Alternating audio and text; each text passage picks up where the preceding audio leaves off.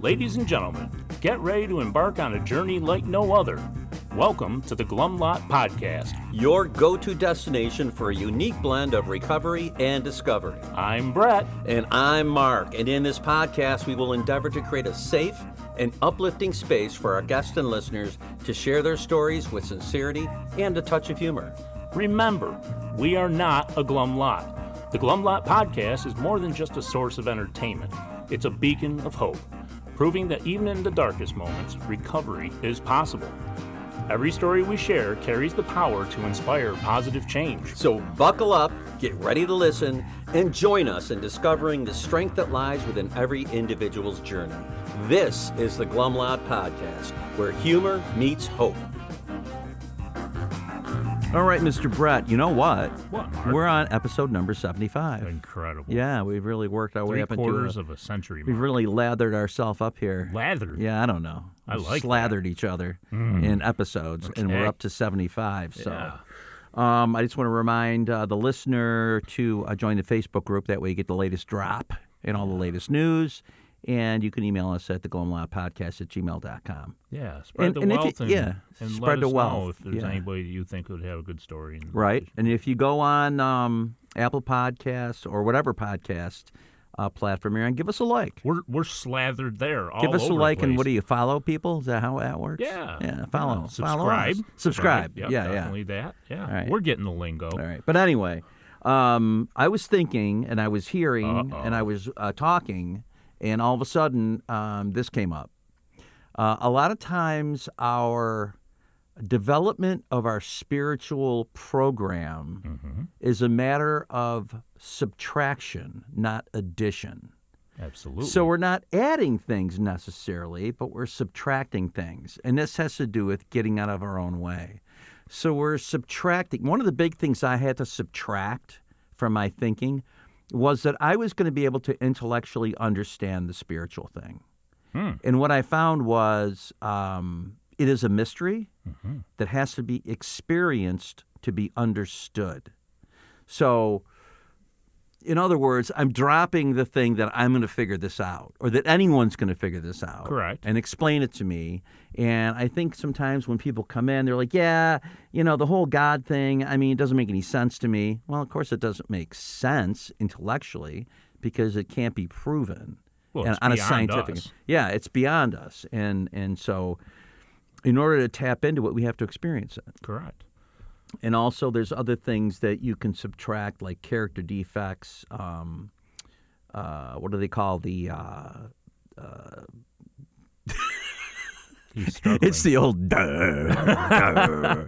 Yeah, but, like just, the pre conditions that people put on what is going to be their spirituality. It's almost like the burning bush. They expect to have that. They expect to have these great big blinding and you know moments. what it's really about? I think it's about letting go. Yes. And they say let go and let God. Yeah. And part of that is letting go of ourselves that we feel is God. And I know I've seen it that people come in the room sometimes with contempt before investigation. Absolutely. And in this case, I would say contempt before experience. Right. Because all they've seen is the human experience of religions and stuff like that.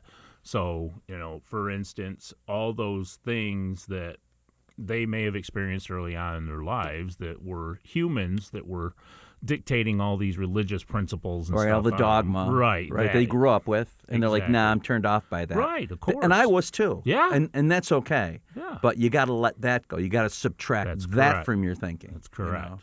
So I don't know. I just heard that somewhere, and I thought it was pretty genius. No, I think we have to be Subtraction. broken down to be able to see.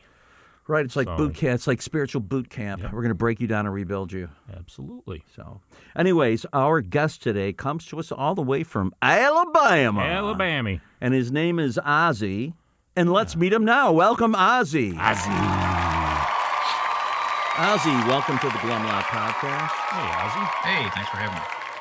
And so you are in Alabama. Correct. So the folks will get to hear a little bit of Ozzie's Southern accent. We consider it a Southern accent. How does our accent sound to you? Really nasally? Oh, my God, yes, probably. Well, I've thankfully done enough traveling through the years, I guess, where it just, there's some regional twang to it. But for us, it's the A's. We really talk about A's here. We're hard Yeah, on and here we talk about AA. Hey. So, what is your sobriety date, sir? July 25th of 2006.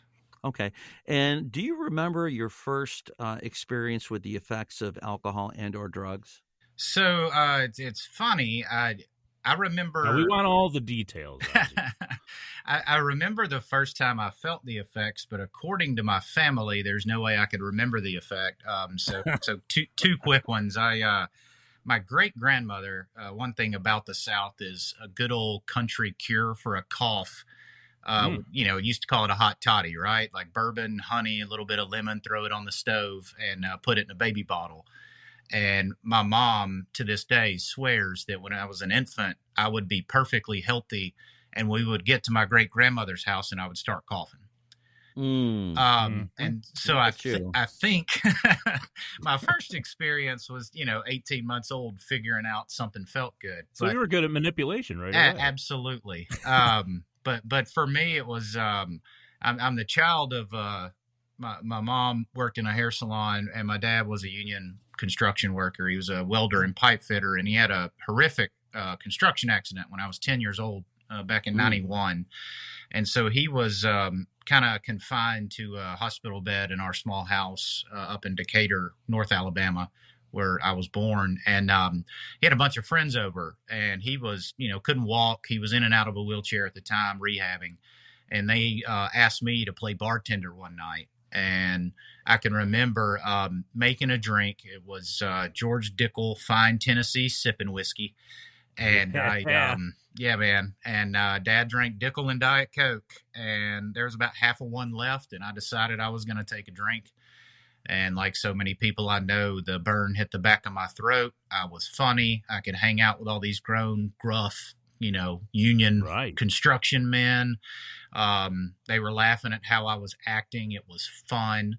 And, from then I chased that feeling all the way into the rooms of AA. How old were you at the time? I was 10. 10. Holy shit. Yeah. Not bad. So as you're getting a little older, you get into your teens, your friends start wanting to experiment too? Oh, sure. And I was pretty good in school. And so I was able to mask what was going on with me. But one thing it afforded me was I had a family friend from the small town we moved to when I was in 7th grade, whose dad owned a few small town pharmacies. They made me head inventory clerk because I was good with a computer. And based on statute of limitations, I guess it's okay for me to say that I was really popular later in high school age because you were able to procure certain things, right? You got into distribution. Absolutely. And sadly, probably for the economically inclined out there, I didn't really know you could sell the stuff. I'm a very bookish person by nature. I'll talk your ear off once I get to know you, but you put me in a crowd and I hide in the corner. So for me, all the cool kids in school actually wanted to hang out with me. They were calling and asking what I was doing on the weekend, and that wasn't me. Goods. Yep. You got the goods, so it gave you some cred, huh? Absolutely, and nice. It gave me something to do. Did you experiment with what you were taking from the pharmacy? Oh, absolutely. I, by the time I made it to college age, I was just a garbage can at that point. Drinking every chance I could get, but at that point, opiates were kind of taking over. It's just a combination of bourbon and whatever opiate I could put my hands on. And if I couldn't, it was whatever pill, just because they were accessible, right? And that was really my story was whatever was around. Weed too? Yeah. Was weed part of your story? It was, yeah, absolutely. Yeah. So you're basically just getting fucked up a lot. Oh, yeah, any way I could, yeah. It's helping you socially, and you're escaping any feelings, and you'd probably think at the time, this is all right, man. Oh, sure. I got a good situation. Yeah, it was a lot of fun until it wasn't. Were there any repercussions or anything at this point? Not early on. My first real repercussion was once I went to college down in Tuscaloosa at the University of Alabama, and back then it wasn't quite back on board with football. It was just a party school. Sure. Sports weren't really what they are down there now, but it was kind of Gomorrah when it came to the bar scene and Greek life down there sort of affords a bunch of extra stuff. And I wasn't involved in any of that, but I figured out real quick that if I hung out with those people, I could have sort of a tangential benefit, right? For whatever was in town, I could get my hands on. And so one weekend I left town to go hang out with a friend in another city I was unfamiliar with. And we wound up, they talked me into being the one carrying the stash, and we got pulled over, and the rest was history there. So that was sort of my first dust up with being in the pokey, so to speak. Yeah, yeah. Did you get charged? I did. It was a possession situation, and worked out funny. I was 18, and my court referral officer wound up telling me at the time. I didn't know any of this because, here in the South, we don't talk about bad stuff. It's just not. No, sir. Boy, Yeah. I find that out when I moved down there. I used to work for a lumber company, and I moved down there because it was booming, and especially in Atlanta area. And up here, we talk about bad stuff. Down there, I was like, oh boy, just even jokes that I thought were fun. Nope. Yeah, this no, was definitely different. Everything was kind and Very proper. yeah, very which I much, love. and I very very passive aggressive as a culture. Yeah. And Sure hard. so I had no idea that alcoholism ran in my family because it was never talked about. And I Yeah. really figured it out after I got arrested because I got put in this, court program. And I walk in, I sit down with this court referral officer guy, and he looks at me and looks at my little folder, and he says, I know you, I know your parents. You don't know this, but I sponsored your grandfather. Holy Oh, my And shit. God. my grandfather had passed away at that point. And so, he was in AA off and on for the better part of 35 years. And You never knew that. No, I never knew it. And my mom's oldest brother died at 42. And, they just You told found me it by getting put in the clink. pretty That's much. crazy. Yeah. So you Oh. said your mom's older brother did what now? He died at 42. Just from, well, I've always said he died in Vietnam. It just took another 25 or so years to kill him. And it just, this disease, right? And those were things, he had a massive heart attack, and that's all I ever knew. Nobody ever discussed. Sure got into that. Shame with it. Yep. And nobody ever wanted to discuss what brought that on at such a young age. So When you anyway, look that was, when you look back on your life growing up with your father, could you see it in him? no, that's my mom's side. Yes. My dad's, he is the token. I didn't really know how to define it until I finally got a big book put in my hand, but he is that, he's the light switch, right? Like my dad and all his friends would party, and several of his close friends that I grew up calling uncles unofficially went to the grave early because of this disease. But he's the kind of guy that, on Friday night, he could go toe to toe with the best of them. But otherwise, my dad's the kind of drinker that when he was in his prime, once he got home and had a drink, he would refuse to drive, and I never could relate to that. I thought it was kind of fun, Yeah. Yeah, right. so it's just he never had the ism, but at the same time, as I look back on it, it was just very accepted in the house, even though, Sure. maybe the abuse wasn't there. And my mom the same way. I think maybe she got scared into some control. It was just that I just never knew it was that prevalent, until I found out. Yeah. So you're in college, you get this charge, they evaluate you. Do you seek help, or are you kind of like, yeah, whatever, this was a one-time Do they thing? make you? So that's the funny end of that saga. Was I sat down there. His name was Gerald. He's since gone on to the big meeting in the sky. But he looks at that piece of paper and says, I know your family. I sponsored your grandfather. I knew your uncle. He said, piss testing you is going to do nothing. The only thing that's going to do something for you is in the rooms of Alcoholics Anonymous. So I want you to go to a meeting a day for a year, and then I'll clear your record. Wow. Which I thought was the greatest deal ever once I figured out you could sign your own card. The card. Yeah. So I, no prison, all you got to do is fake it. but I joke around now that so many of, like, I could have used a sponsor in third grade, I just didn't know it yet, kind of thing. And it was the same at the time. The first meeting I ever went to, I remember it was a newcomer meeting in small town, maybe 8-10 people in a circle. And this guy raised his hand when they asked about burning desires. And, he's saying he just, every time he got mad, he was going through a nasty divorce.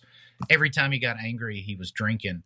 And when it got around the circle to me, I went on about a 15-minute sermon, if you will, about how he needed to find a hobby. And oh boy, he had all the answers. Wow. Yeah, you were popular. He should find, for me, it's getting outdoors, it's playing golf, it's going to concerts, And, I realized that I had figured out this recovery thing because they told me to keep coming back, right? Right. Unfortunately, I didn't know what that actually meant. It was kind of a nice way to say, bless your heart. Yes. So I had my and for those of you out there who don't live in the South, bless your heart is a backhanded way of saying you don't know what the fuck you're talking about. 100%. Yeah. And it's the most effective it is. Insult in our country, I'm pretty sure. But, Yep. I could have used the help, but I was in no place ready. I was ready to get back out there and do what I wanted to do. How many meetings do you think you attended during that year? Maybe 10. Okay. So you really didn't get anything out of it? No, nothing at all. Other than the fact that I knew it existed. I'm sorry? Did he let you go still? Oh, yeah. No, it was, I still wonder. I never, he passed away before I got sober, and I never had a chance to, that's the one amends. I wrote the letter, but I really wish I could have asked why he did that. I feel like there was a bigger story there, but I wasn't in a place to get better to hear it, unfortunately. Man, if that wasn't an early on God moment when you look back on it, right? I mean, oh, yeah, because I couldn't have peed clean. I showed up to the courthouse for my little meeting with him every month, I was smoking a lot of pot at that point, and there's no way I didn't just smell like I'd walked out of a fish show every time I sat down in his office. Yeah.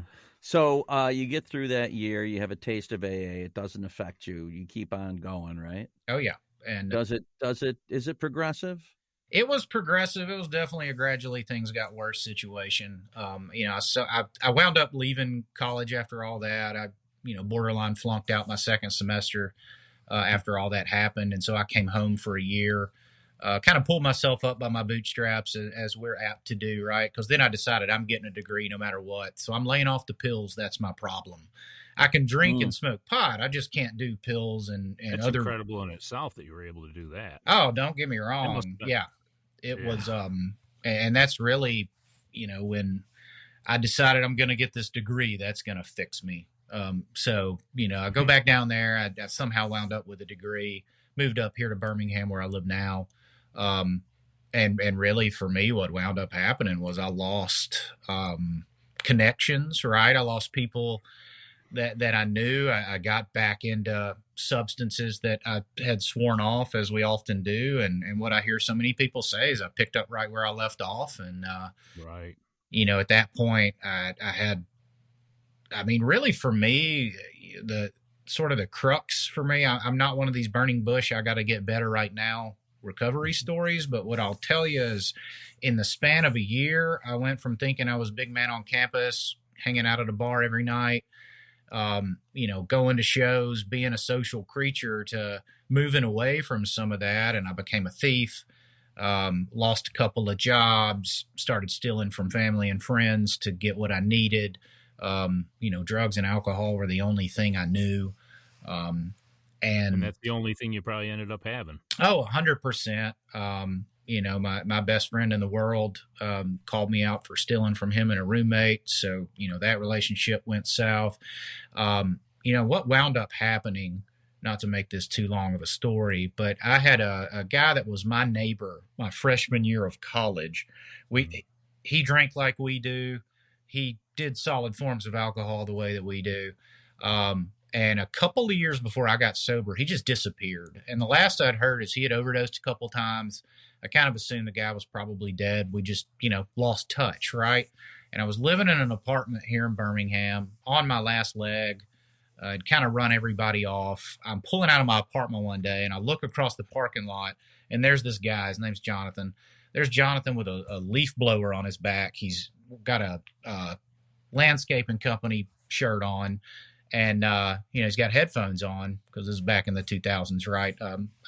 iPods and AirPods weren't a thing yet.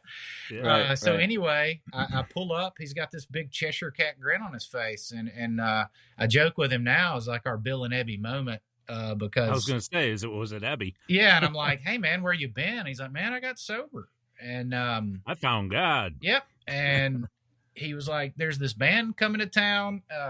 Got a couple of extra tickets. It's so funny I bump into you. Why don't you meet me at the show? And so I met him at the show about a week later, walked up to the bar, ordered 2 beers and 2 shots, walked back around where the stage is, tried to hand them to him. And he said, no, man, I mean it. I'm sober. And it blew my mind. Damn. And I took those 2 shots, chugged those 2 beers and left just embarrassed. Oh, you left? Oh yeah, Wow. I just Holy cold shit. left. I don't know why, but it just embarrassed me so bad. I left, drove to a trap house, went on my last bender, wound up in treatment about, I don't know, 2 weeks after that. It's a trap house. No, trap. Yeah, Where you score your dope. Oh, Yeah. I didn't know. I don't have that part. So yeah, thank you just for a dope educating me. den, you know. Oh, Just, a dope den. Okay. All right. Which back then it was the old Blue Monsters, right? So I'm a Purdue Pharma baby. So okay. if you watch those documentaries, that was sort of the era I was in. So I see. yeah. Huh. How did you end up getting into treatment? My mother and 2 of my uncles did what will go down as maybe the most ineffective intervention of all time. And God love them. They drove down. I had 2 uncles that live here in town. My mom drove down. They came to the apartment I was living in.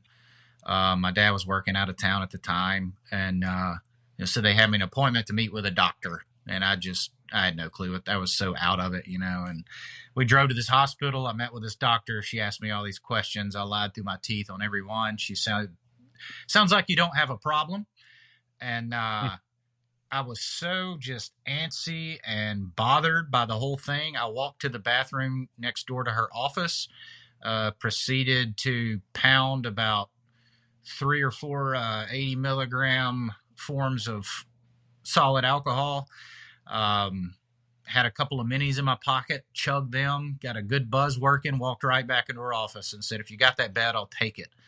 Now, what are you referring to as solid alcohol? Yeah, Is that you know, like, that's it's just the rooms benzos? have conditioned me for singleness of purpose. I'm sorry. I'm an AA guy, right? So We don't worry about that. So, okay, yeah, got it. any I was, pill? it was OC 80s. You know, I was an Oxycontin kid by the end there. Okay. Which was that final leash that drug me down pretty quick. Yeah. But yeah, So I rammed about 3. I shot up about 380s, chugged a couple minis, caught a buzz, walked back into her office, and begged her for the bed. And she said, "Oh, sounds like you were lying." And I was like, "I was lying through my teeth." No shit. Yeah, So you went to the bathroom, got fucked up, and said, "You know what? I'm going to take this chance." And you walked back in and said, "I do need help." I did. I tried on my own a few times, and the physical part. I'm just too much of a pansy. I mean, physical withdrawals would kick in, and I'd give up every time. So yeah. So when you went in, did they detox you for a while? they did. Yeah, it was the whole. And I'm just one of those people. I needed it. I have a special admiration for people that just white knuckle it. I couldn't do it. It's not safe if you're listening. Yeah, please don't. Yeah. If you need the help, please go get it. Yeah. And I'm also, No shame in that. but it taught me things I needed to know, right? Like the fact that white knuckling it and getting through that and medically detoxing, I never stopped thinking about drinking and getting high. It didn't make it go away. If anything, it made it louder. Right. Wanting to try to figure out a new way to do it. Because now I'm institutionalized. I got a little time to come up with another plan, right?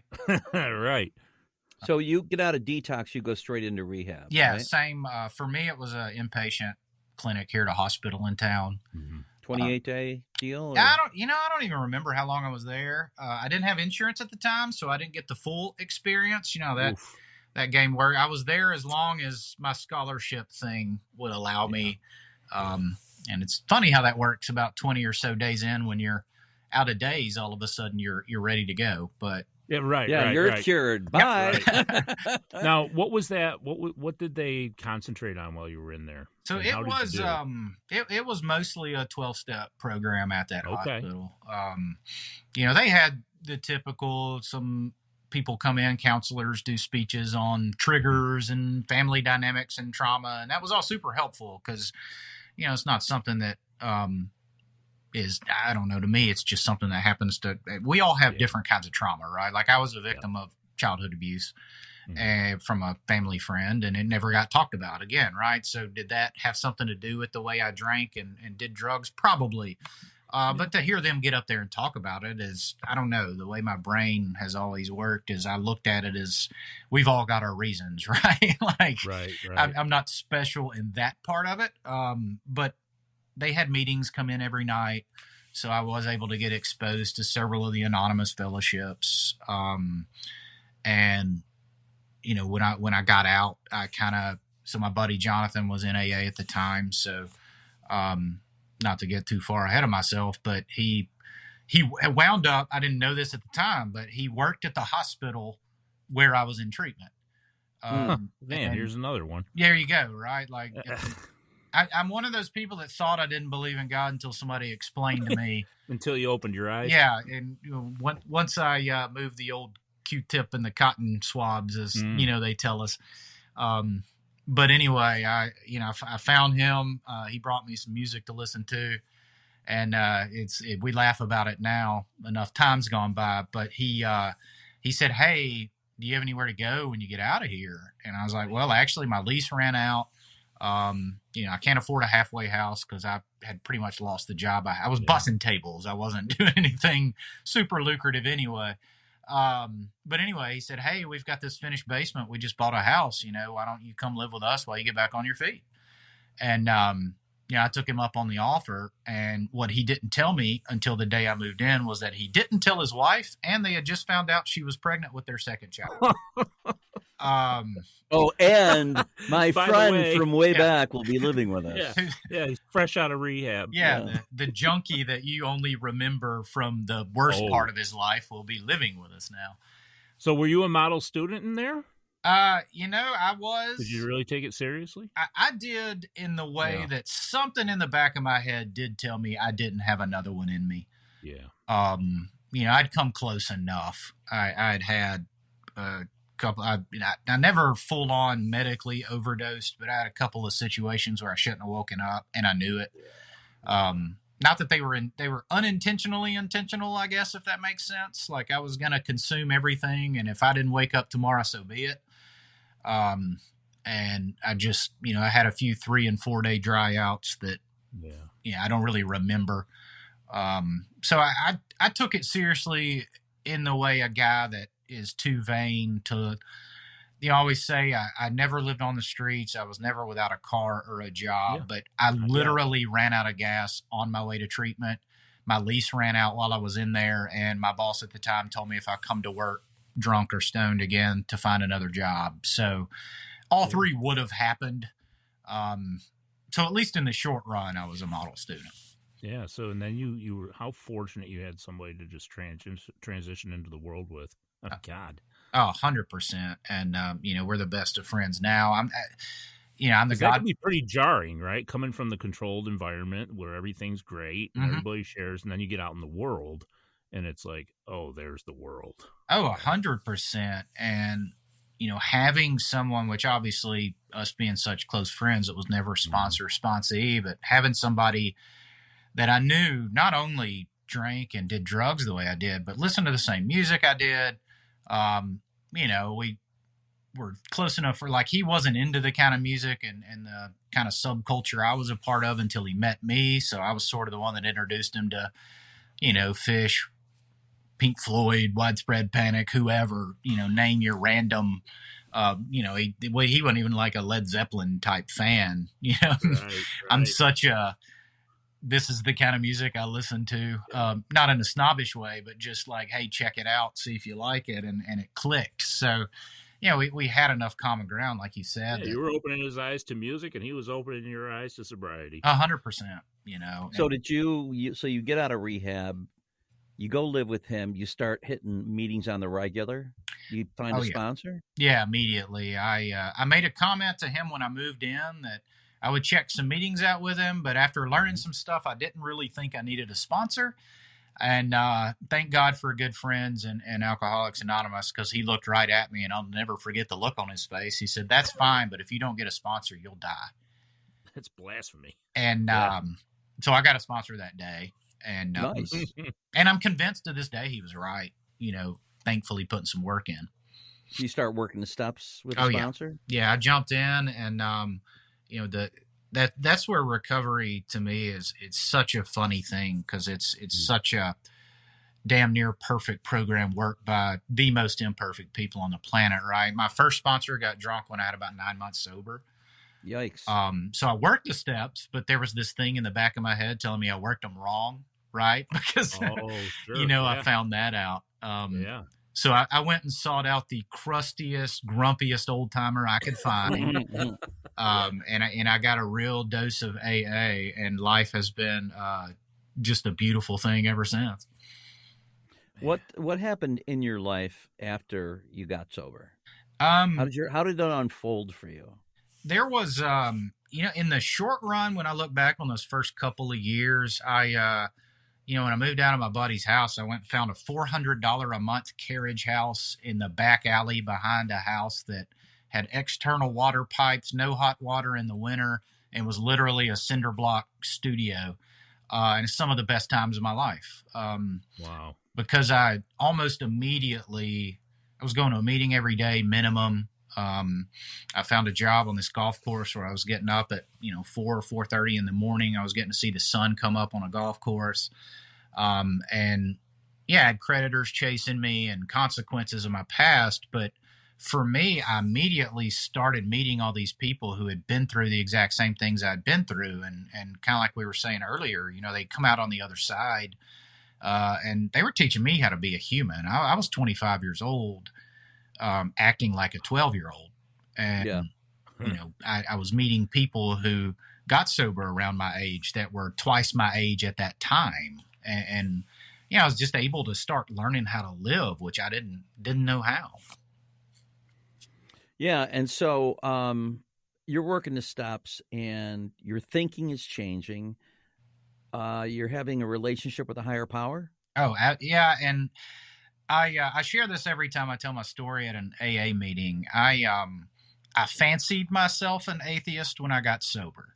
And what I learned was I was a hardcore agnostic. I just, we grew up going to church.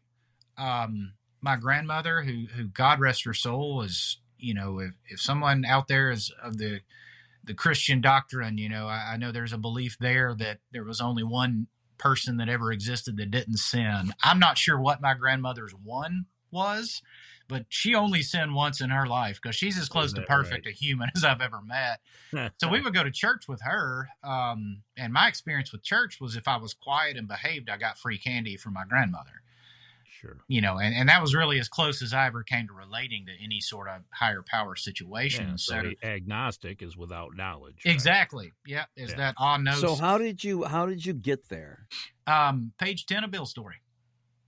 I don't know what else to tell you. I read that paragraph for the first time, that few people are truly atheists because it's the belief in the strange proposition that the universe originated in a cipher and rushes aimlessly towards nothing. And in that moment, my analytical brain had just enough space to have the thought run through my head. Well, if there's not something out there, then there would be nothing at all. If there's not a point to this whole thing, then why would it even happen? Nothing happens for no reason at all.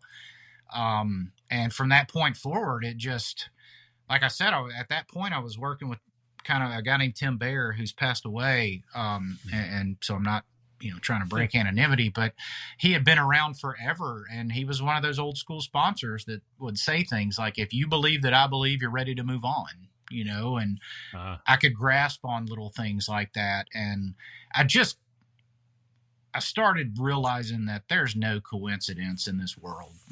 It's just the probability of the mathematics of, like, kind of what I was saying earlier, bumping into the same person that way. I just finding out that your grandfather, it was, it's just crazy. Yeah. Oh yeah. Stuff like that. And just putting a bow on that whole thing is around that same time, I got very close with my grandmother, through the amends process. I had to go make amends for stealing from her. Right. And, she grabbed a pot of coffee and sat it on the dinner table and looked at me in a way that a grandmother usually doesn't look at a grandchild. And all those years of kindness got really, really serious for a second. And all that we don't talk about bad stuff in the South went away. All of her years in Al-Anon that I was unaware of kicked in. Oh my gosh. And I got the full family story, man. And how about that? about my grandfather, like making moonshine in the bathtub. And, she left with the kids in the 70s, which was not normal for a mom to do. And she came to check on him 6 months later, and the power was cut off and chickens were living in the house. And, just all kinds of crazy drunk-a-log stuff. A bit unmanageable. Yeah, just unmanageability personified. And, it's one of those things where until the day she died in 2017, we had the most beautiful relationship because I was the recovered drunk grandchild, right? And she loved me for it. And so it was stuff like that where, the program started working me before I knew how to work it. And stuff like that started happening. And I fell in love with 12 steps and AA through stuff like that. So what was your favorite part of the 12 steps? Do you have one? Yeah, for me, it was the first time I worked a fifth step. And it was because it scared the crap out of me. Like I said earlier, I was working at that golf course, and my sponsor at the time was working third shift. And so we usually could only meet up, he would go to early meetings, I would go to later meetings, and we would cross during the day. Well, I got off work about noon. He woke up early. We met up to work my first fifth step. He fell asleep about 30 minutes in. Just because he was exhausted, right? And I woke him up. I hit him on the leg, and he looked at me and just kind of jostled him. And he said, "Well, what do you want me to say? You're still selfish." And and he wasn't wrong. And so we kept on trucking through it. I finished it. Well, the next morning, I took my hour, like the book says, and did the deal. I fell asleep. Woke up the next morning, went to work, loaded a lawnmower up on a trailer, got out on the golf course.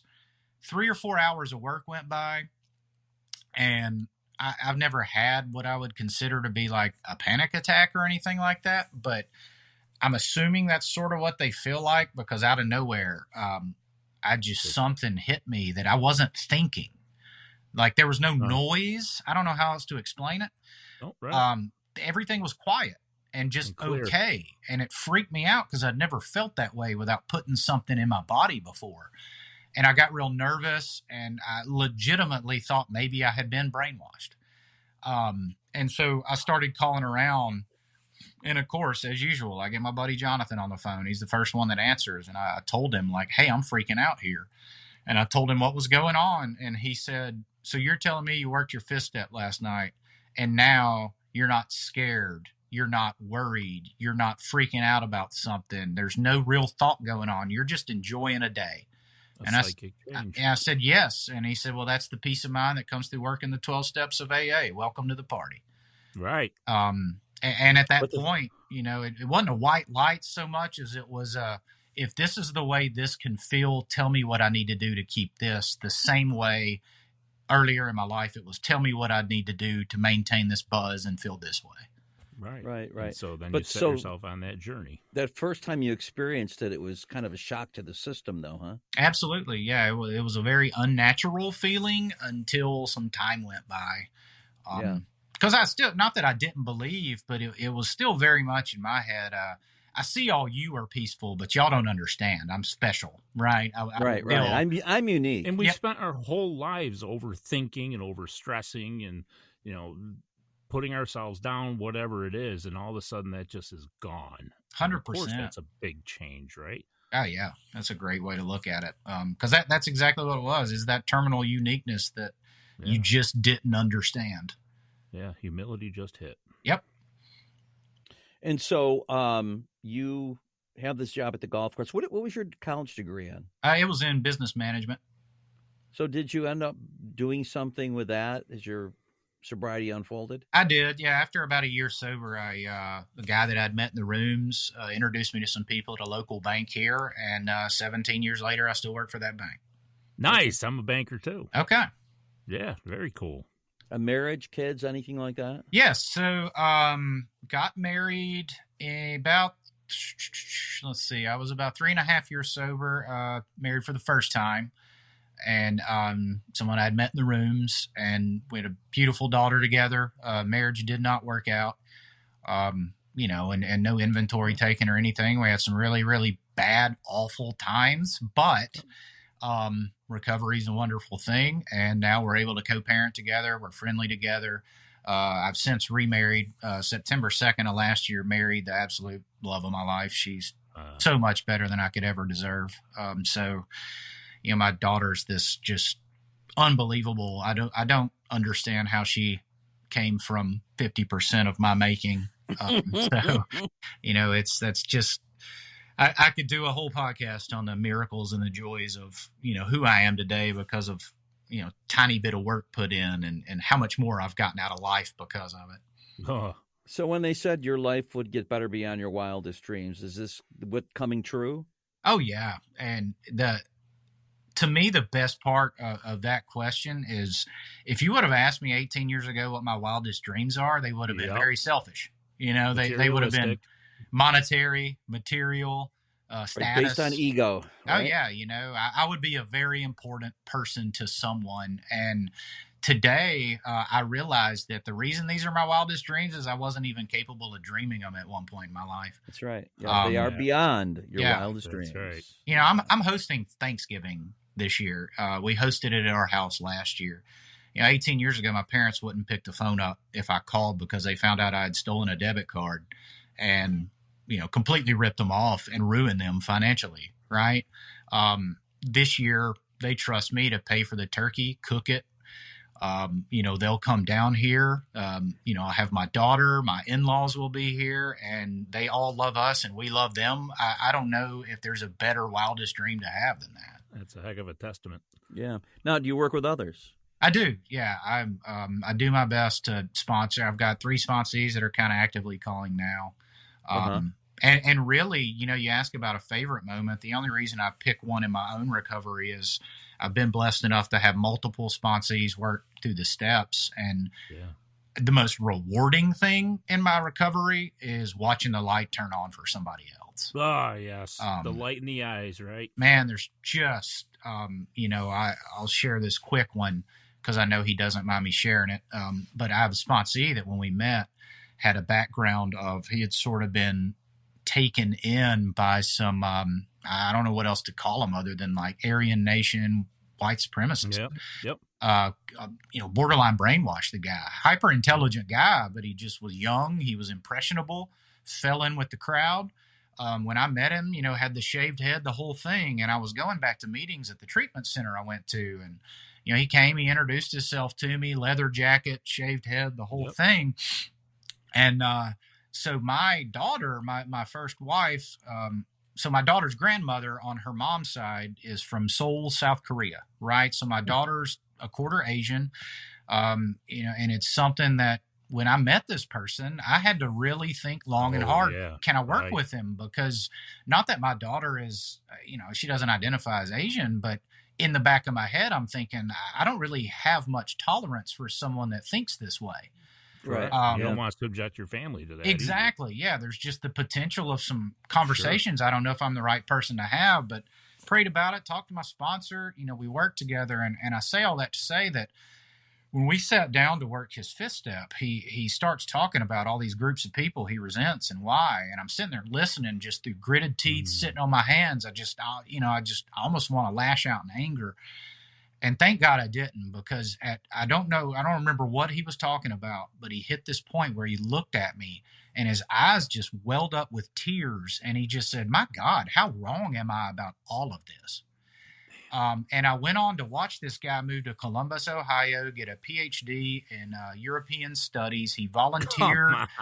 So this guy, he now volunteers at our local Jewish community center as just sort of a personal way to try to live his life, through an amends process.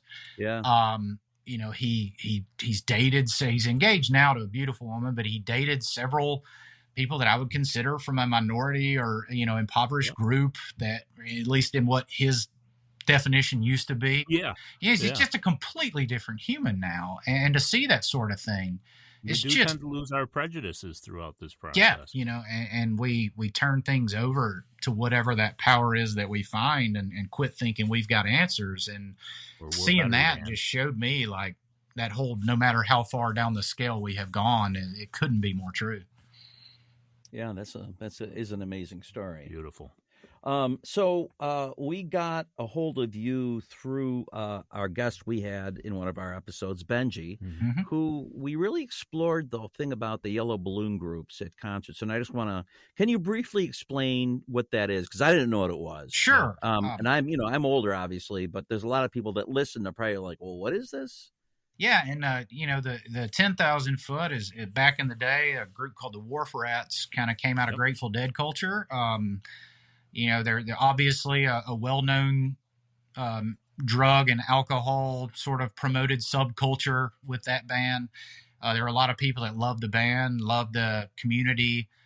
For those that have never done a quote-unquote jam band world-centered show, there's the parking lot's its own party. We call it Shakedown Street after a Dead song, so you go to Shakedown, you can buy clothes, and I mean, it's an open air market basically. And back in the day, it was an easy, convenient place to find dope. Buy a beer in the parking lot before the show, whatever. So anyway, all that to say that this sort of subculture sprung up of people in recovery. It's not 12-step affiliated. I'm sure a lot of people identify, with both, but what started happening is you held up a yellow balloon at the show, and if you were sober, you knew to go find that person, right? And it kind of became a community. Some informal meetings would happen at set break. I kind of jumped in the yellow balloon world through Fish. We call it the Fellowship with a PH. Yeah. My first ever yellow balloon group, though, was actually the Happy Hour Heroes, which is a band called Mo from the Northeast. They kind of have a group. And then I found the Gateway with Widespread Panic. And there's the Jellyfish with String Cheese. And I mean, I could go down the list. Now Goose has the Hot Tea Party. And, do you know the origin of the yellow balloon? To be honest, that is one thing I don't know. I'm gonna get to the bottom of that. It's almost like the yellow ribbons or something like that. I don't know. I feel like I've heard that story, and now I've been put on the spot and I've blanked. I know there's a story to it. Well, if anybody out there's listening and they know, email us at the Glum Lot Podcast at gmail.com and tell us, and we'll talk about it in the next episode. Yeah, right. So, Benji was also saying they're starting to do this at NFL games. Yeah, there was actually, and I don't want to get the timing wrong, but COVID hit. And for me, one beautiful thing about the yellow balloon community is early on, it was a safe haven for me when I went to shows, right? So, Sure. And that's one thing I didn't talk about earlier, but, I love that community. I say it tongue in cheek, but I'm being honest. I got sober in 2006. Fish had gone on hiatus and we thought we're done. We thought they played their last show ever in Vermont at Coventry in 2004. Had they been touring, I don't know if I ever would have gotten sober, because when everybody shunned me, I would have disappeared and just followed them around probably. But all that to say that for me, it was go to the show at set break. We have the meeting, right? You go now we have tables set up at each concert, and most bands allow the groups to do that with their own group. So you'd hang out, meet other clean and sober people, and enjoy the show. And if you were in a bad headspace, it was an easy place to just sort of get away from the riffraff, right? Well, COVID hit, and Lauren and Jen D, who are two people in the fellowship, kind of put the word out there like, hey, let's have a Zoom meeting. We're all on lockdown. Nobody's hanging out at concerts. Why don't we do this? Keep it going. So we started this Zoom meeting, and there was a guy named John P. that I'd met at other shows, this big Green Bay Packers fan, and Packers culture is very drinking heavy. And, I'll get all the credit going to John. Like, he had that thought, why can't we take this concept to major sporting events? And he, that's his story to tell, but it's been a beautiful thing. I mean, he approached the Packers. They loved the idea. It was called Section Yellow, I believe was the name he picked. Yeah. And it blew up. And I want to say multiple sports are looking into it. I know Benji's floated the idea and helped a couple of. I mean, I know that they have, like for the Bills, for instance, where we're near, they have alcohol-free sections. Yeah. So why not include this, right? Exactly. Yeah, it was just sort of taking it that extra step that the family section is one thing, but a place to commiserate and, maybe at halftime when it's real tempting, get together. Yeah, I mean, for a lot of people that drink like we do, you go to an NFL game, you're going to get fucked up. Yeah. And then you get sober and you're like, well, I guess the NFL, I can't do that anymore. Yep. That's a thing of the people, places, and things. That's a place. Yeah. And so now that there's an alternative, and our, Matt, who got a hold of you, he's been very active in the yellow balloon thing too. And he's got some great stories. And Benji, when he was on, talked about going to a concert and finding answers there for his addiction. Yeah. At the concert. Yeah, sure. So it really is. And at the same time, still enjoying the art, right? And the community. Yeah. Because that's a huge thing with those kind of shows. Oh, yeah. Yeah. And to me, I enjoy it more because I'm present. I always Right. thought, Yeah. Oh, yeah. always thought, I'll get the right cocktail of chemicals in me and it takes me to some higher place. And really, it turns out all I need is to be present and conscious. Benji and I always joke because we met in 2018. I was in the middle of my divorce. I was probably the lowest I've ever been in my life, just emotionally. And I just my first weekend without my daughter of her entire life. I didn't know what to do with myself and, called my sponsor at the time, said, man, I'm going to hit the road. Fish is playing in Chicago. Why not? I need to get out of town. So I drove straight from Birmingham to Chicago, which is about 12, 13 hours. Yep. Got some tickets, hotel room, and Benji walked up to me. It was at Rosemont Horizon, kind of east of Chicago there, northwest of Chicago, I think. And anyway, Benji came walking up to me and said, hey, our mutual friend Matt told me to come find you, that we would be best friends. And, we met at the table and hung out, had a great weekend. The following year, we made plans to meet up at a show in Wisconsin. And since we've, Benji brought a bunch of chocolate because I have a sweet tooth. So while everybody else is getting fucked up in the parking lot, we were eating artisan chocolate, goofing off. Like, why not? Yeah, it's good for the heart. Now we know each other's families. We've, spent that? time together. We went to the Healing Appalachia Festival together. And it's just, it's a beautiful way to kind of have a new community. And like you said about thinking you can't do it anymore, not only can I do it now, but I have friends in damn near every city or state you can think of because of it. And you got two new ones here. Yeah. And that to me is there's a meeting in every city. So it's always easy to find that, but I know I can go to a show in any town and I leave with friends, and that's, it's almost more of a reason to go. Yeah. Yeah. Well, thanks so much for sharing with us. We've come to the end of our time, but man, great story. And it's good to get people that have experienced that yellow balloon thing, because I think it's really very cool. And I wanted to spread that message too. So until next time on the Glum Lot Podcast, I'm Mark. I'm Brett. And I'm Ozzie.